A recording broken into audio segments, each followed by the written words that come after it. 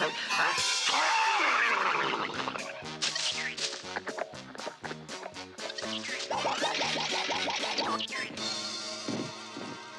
now, Super Stallion, once again, it's time for justice to triumph.